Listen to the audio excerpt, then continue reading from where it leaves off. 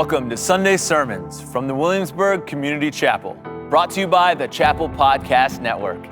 Let's grab our Bibles and open up to the book of 1 Peter chapter 4, and I'm going to read verses 12 and 13 for us now, as we prepare to hear from lead pastor Travis Simone as he helps us continue in our sermon series titled, The New Exile.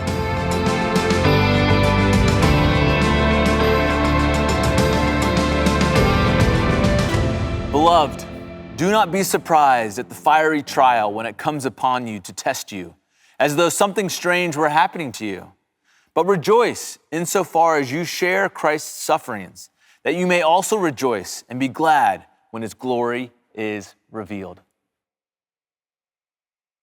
Signposts suffer. It's a hard word from 1 Peter this morning. Signposts suffer. The primary claim of 1 Peter is that the church is elected to exile and set as signposts. This is how he starts off the book all the way back in chapter 1, verse 1. To those who are elect exiles in the dispersion in Pontus, Galatia, Cappadocia, Asia, and Bithynia, elected to exile. Verse 2, according to the foreknowledge of God the Father in the sanctification of the Spirit, for obedience to Jesus Christ. Why elected to exile? For obedience to Jesus Christ. Set as signposts. Set as signposts pointing the world to Jesus Christ as its true home. And as the letter unfolds, Peter is clear. Signposts suffer. It's all over the letter. Chapter 1, verse 6, you have been grieved by various trials. Chapter 2, verse 19, for this is a gracious thing. When mindful of God, one endures sorrows while suffering unjustly. Chapter 3, verse 14, even if you should suffer for righteousness' sake, you will be blessed. Chapter 3, verse 17, it is better to suffer for doing good if that should be God's will. And from our passage today, verse 12, do not be surprised at the fiery trial when it comes upon you to test you, as though something strange were happening to you. Verse 13, rejoice insofar as you share Christ's sufferings. Verse 16, if anyone suffers as a Christian, let him not be ashamed. Verse 19, let those who suffer according to God's will entrust their souls to a faithful Creator while doing good. And there's more to come next week in chapter 5. Signposts suffer. But what kind of suffering is Peter writing about? Is Peter writing about the suffering that comes from illness, death, depression, family tragedy, or natural disaster? The book of Job has a lot to say about that kind of suffering, but that is not what Peter is writing about. Is Peter writing about the suffering that comes from the randomness of life? The frailty of our achievements, the impermanence of our careers, the ache of watching our plans unravel, of feeling like we've poured ourselves into something only to watch it fade or change? Is he writing about what I'm pondering this summer? The sacrifices we make for our kids so that they can, in the end, slip through our fingers as they go off to college, get married, and start an impermanent career of their own. The book of Ecclesiastes has a lot to say about that kind of suffering. But that is not what Peter is writing about. Is Peter writing about the suffering that comes from the cruel things others do to us? Suffering that comes when people hurt us, hit us, lie to us, or leave us? The story of Joseph and his brothers has a lot to say about that kind of suffering. But that is not even what Peter is writing about here. Or is Peter writing about the suffering that comes from the sinful things we choose ourselves? Suffering that comes when we make bad choices, evil choices, selfish choices, harmful choices. The book of Proverbs has a lot to say about that kind of suffering. But that is not what Peter is writing about. So what kind of suffering is Peter writing about? Signposts suffer when they refuse to make Rome their home. All those locations that Peter lists in chapter 1, verse 1, Pontus, Galatia, Cappadocia, Asia, and Bithynia, these are provinces of the Roman Empire. It is in the midst of the dominance of the Roman Empire that Peter writes this letter to these signposts, suffering because they refuse to make Rome their home. Look at verses 3 and 4 of our passage this morning. For the time that is past suffices. That means you have spent enough time doing these things. For the time that is past suffices for doing what the Gentiles want to do.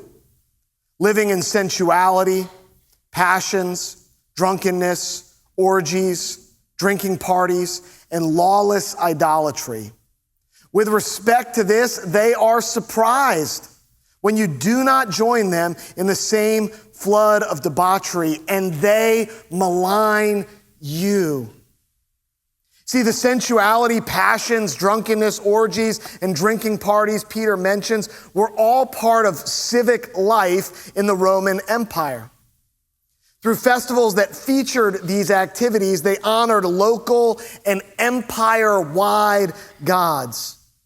And failure to participate was a direct assault on the social cohesion of the empire. And so when they say no, the culture pushes back and maligns the followers of Jesus. It was followers of Jesus, when they said no, making a bold statement. They said, we refuse to make Rome our home. The Apostle Paul tells the church at Colossae, for you have died, and your life is hidden with Christ in God. That's your home now. No matter how attractive the home of Rome seems, you now have a new home. And verse 4, again, with respect to this, they are surprised. They're surprised when you say, that's not my home anymore. When you do not join them in the same flood of debauchery and they malign you. Signposts suffer when they refuse to make Rome their home. It was even more serious than just, we don't do that anymore.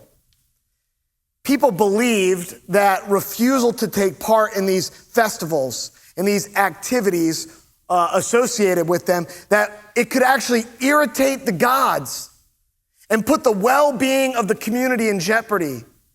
What was depending on these festivals, they believed, was nothing short of that year's grain harvest.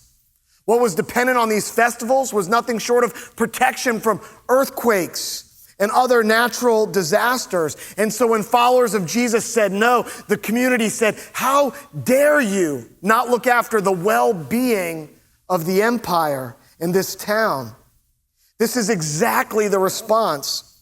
Right around 64 AD, this is just the time that Peter is writing the letter.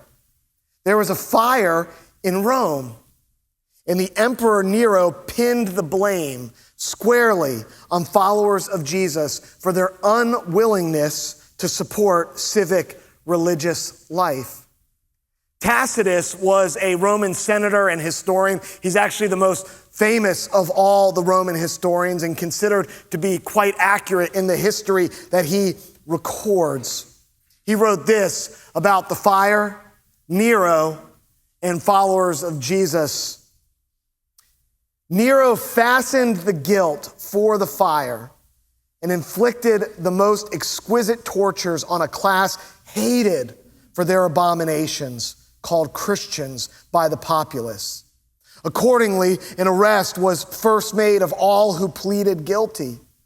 Then, upon their information, an immense multitude was convicted, not so much of the crime of firing the city as of hatred against mankind. We weren't so upset that the city got burned, but that these people and what they would not participate in, it symbolized to us that they just hated the whole human race. This gives us a sense of just how maligned the early Christians were. It shows the serious affront their actions were to the dominant culture, and yet they still said no to sensuality, passions, drunkenness, orgies, drinking parties, and lawless idolatry. This passage is so dense, I can't cover everything in it, but in verses 7 through 9, if you want to look on your song sheets, you can see what they said yes to. They said no to some things. They said yes to other things. They said yes to self-control, to being sober-minded, to prayer, to loving one another, to showing hospitality, to serving one another. Together, the no and the yes, the reject and the accept, it signposted in one direction to Jesus Christ as the world's true home. See, signposts suffer when they refuse to make Rome their home. And so as I pondered this dynamic in the first century Roman Empire this week, I had a question. My question was this: of all the kinds of suffering addressed in the Bible, all the kinds of suffering that I told you about earlier on, that the story of Joseph and his brothers addresses, the story of Ecclesiastes addresses, the story of Job addresses, of all those different kinds of suffering, why is it that the distinctive kind of suffering described in 1 Peter is the most foreign to us?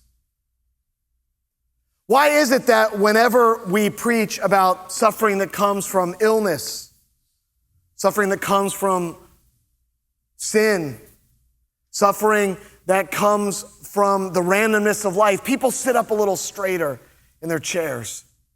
The pens come out and take a few more notes. We can all relate to that kind of suffering in the world and in our own lives. But why is this peculiar type of suffering described by 1 Peter, why is that so strange to us?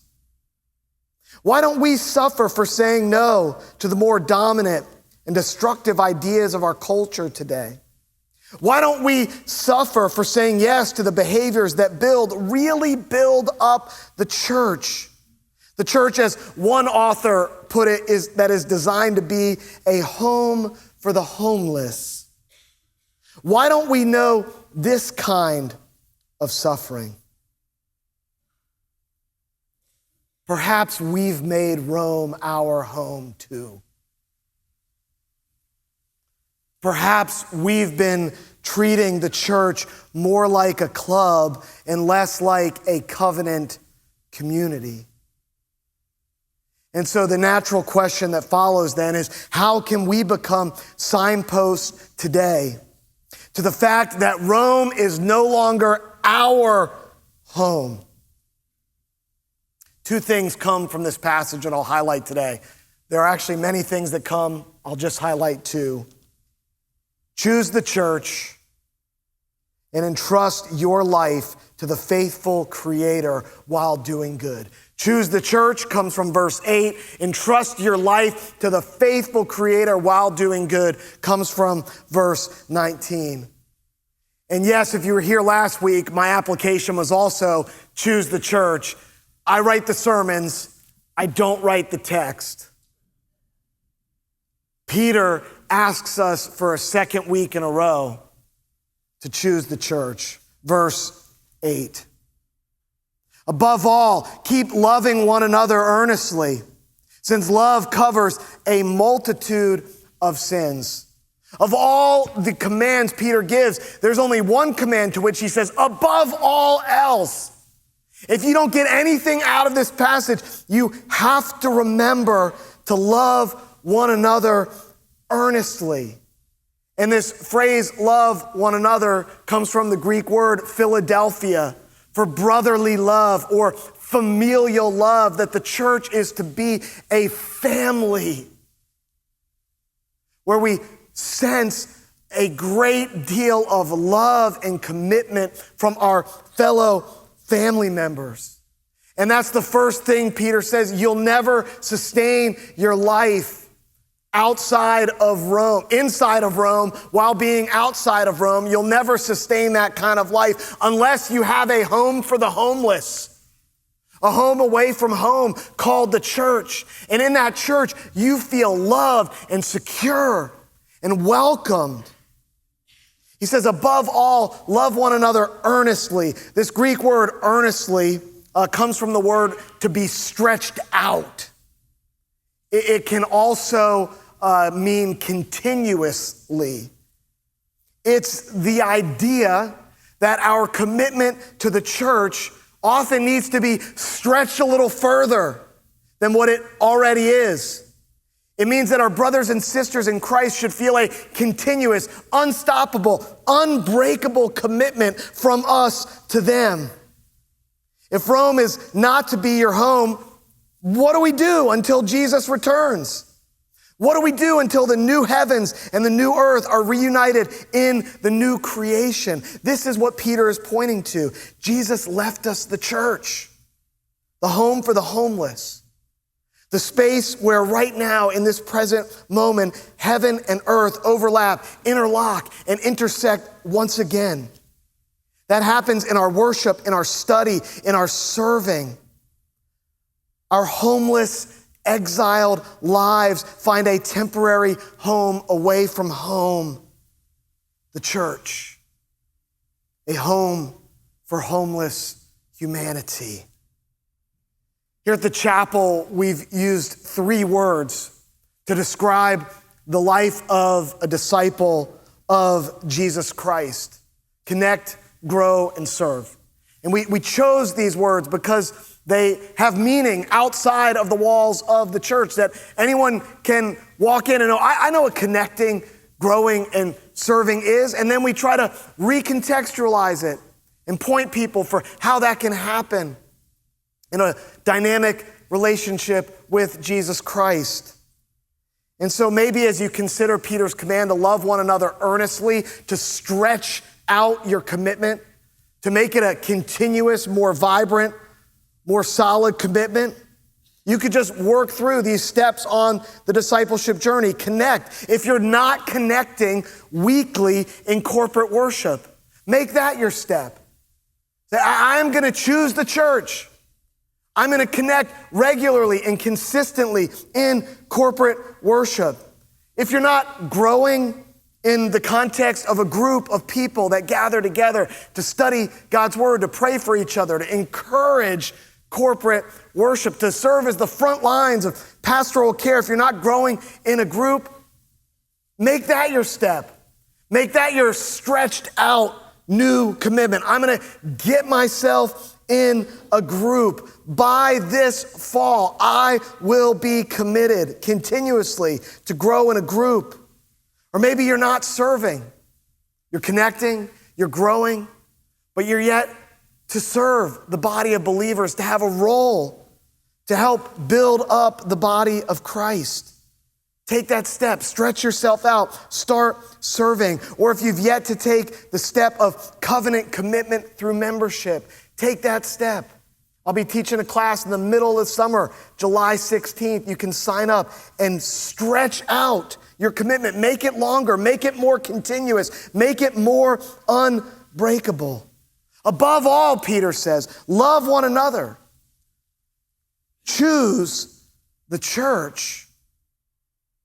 And then entrust your life to the faithful Creator while doing good. Look at verse 19. Therefore, let those who suffer according to God's will entrust their souls to a faithful Creator while doing good. There's a surprise in this verse.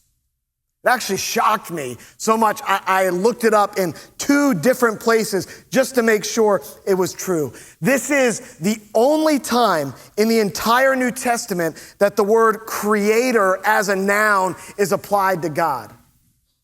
You would think it would be all over the place. God the creator. A few times it says God creating, God who created.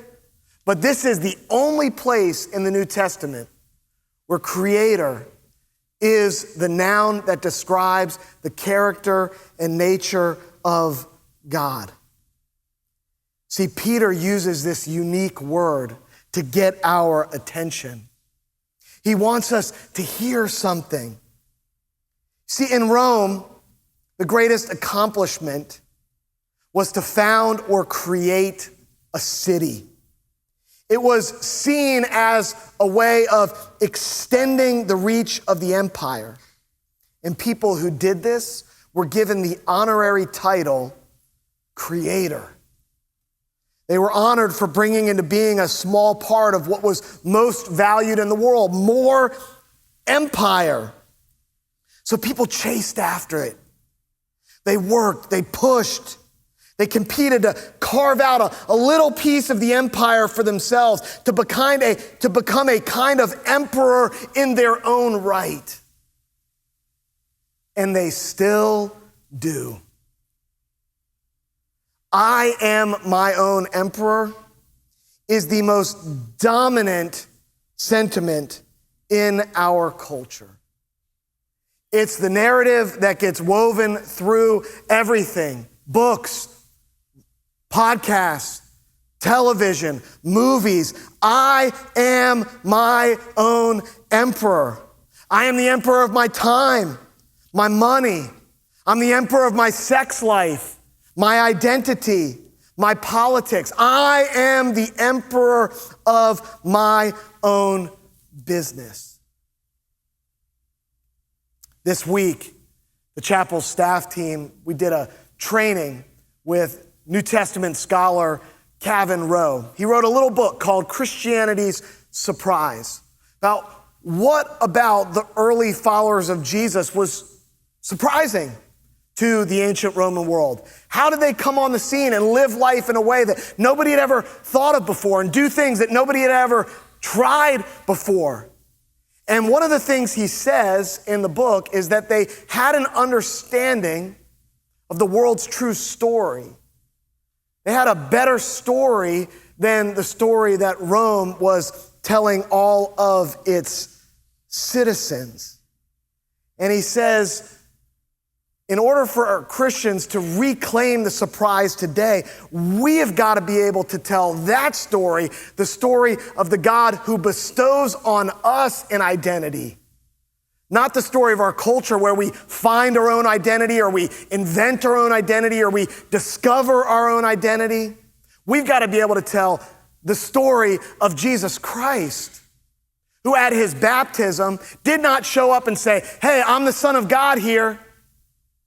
Son of God reporting for duty. No, what happened at Jesus' baptism? He goes, he submits himself to John the Baptist. He's immersed in the waters. And as he comes out of the waters, the Holy Spirit descends on him like a dove in bodily form, and the heavens are torn open, and a voice says from the outside in, you are my Son, whom I love. With you I am well pleased. Jesus Christ did not even come and say, I have an identity to tell you. Jesus Christ received his identity from the outside in. You are my Son, whom I love. With you I am well pleased. And in our culture that's constantly trying to create identity for themselves, Kevin Rowe says this is idolatry of the most basic kind. The inversion of the image of God. No longer does God image himself in me. I have taken God's image and turned myself into God. I am the God who images myself in the world. Translation, I am my own emperor.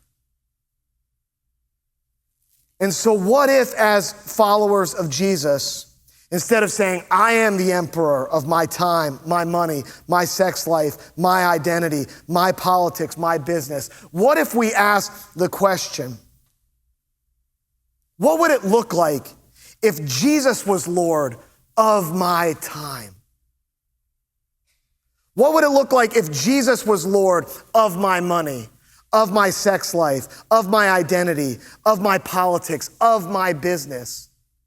When it comes to our time, I believe if we said Jesus was Lord of our time, we would be a lot more consistent in corporate worship. One of the things I hear most about why people are not consistent in corporate worship is, you can probably guess it yourself, I've got all these sports commitments and the coach would be really upset. I can't let the team down. That's exactly the kind of choice that would need to be made in order to actually endure or receive the kind of suffering that 1 Peter is talking about. For saying, I'm saying no to the dominant story of the empire. Or my money. I was talking with one of the pastors this week about this passage as we kind of discovered Peter's talking about a distinct and unique kind of suffering. He said, I think this is more suffering than, I tithe so I can't take that trip to Disneyland. Jesus as Lord of my money would have a much bigger impact than that. Jesus being Lord of my politics, I think, would transform the way we speak to each other in the public square. Instead of parroting our dominant cultural narrative that I am my own emperor, instead, 1 Peter teaches us to entrust our lives to the faithful Creator while doing good. Trust Him with what happens. Make the decision that honors Jesus as Lord and trust Him with what comes next. And remember the while doing good part. I think that's quite important. We're still there to serve in the culture, to be engaged, to not withdraw, to be signposts serving like Jesus at the crossroads of our community and at the crossroads of our relationships. But challenging the story and the goal that governs our culture will bring backlash. And when it comes, remember the words of 1 Peter 4:13. But rejoice insofar as you share Christ's sufferings, that you may also rejoice and be glad when He is revealed. Earlier in the letter, Rich preached on chapter 2, following in the footsteps of Jesus, tracing the pattern of Jesus Christ with our own lives. And when this kind of suffering comes, congratulations, Peter says, you did it. You walked His path. You lived your life in the same way. And verse 14, if you are insulted for the name of Christ, you are blessed because the Spirit of glory and of God rests on you. When you suffer in this way, the Spirit of the glory of God is on you. Translation, your signpost is clearest in these moments. So above all, keep loving one another earnestly.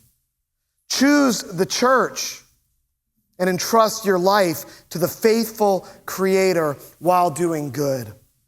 Biblical scholar Joel Green sums up this section like this. In this case, Peter would be calling on Christians to entrust themselves to the initiative, protection, and judgment of the God of the universe, rather than the initiative, protection, and judgment of Rome. This past summer, Nina and I attended a wedding in Atlanta. And I got to go to the rehearsal dinner, and I got a seat at a nice table at a nice Italian restaurant. And if you want me to show up at your wedding, here's just a little bit of advice. You just say, I've got a seat for you at a nice table at a nice Italian restaurant. I'll be there. I'm seated at this great table. The food's about to come. I don't know anyone else at the table except for Nina. We start introducing ourselves to each other. And I meet a man named Bill Arnold. And as the conversation unfolds, it turns out that Bill Arnold is an Old Testament professor. Now, I'm in the middle, it's the middle of the summer, in the middle of putting this whole annual focus together on the biblical theme of exile. And so I just start peppering him with questions. I think being a Bible professor seated next to a pastor at a wedding is kind of like being a doctor seated next to a hypochondriac on a plane. Okay? There's gonna be a lot of questions.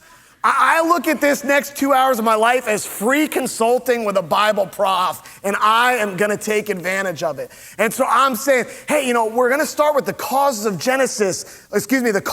exile in Genesis, and what do you think some good passages would be to get at this concept? Advent, we're gonna be in Jeremiah, kind of a strange section, Jeremiah 30 to 33. What's your hot take on the book of consolation in Jeremiah? And he's just rubbing his head. I'm just trying to enjoy the meatballs here, son. Finally, after a lot of questions, I got where he taught Old Testament. He taught at Asbury Theological Seminary, small school and college in Little Wilmore, Kentucky. You may have heard of it in the news last year. It got in the news where there was a revival.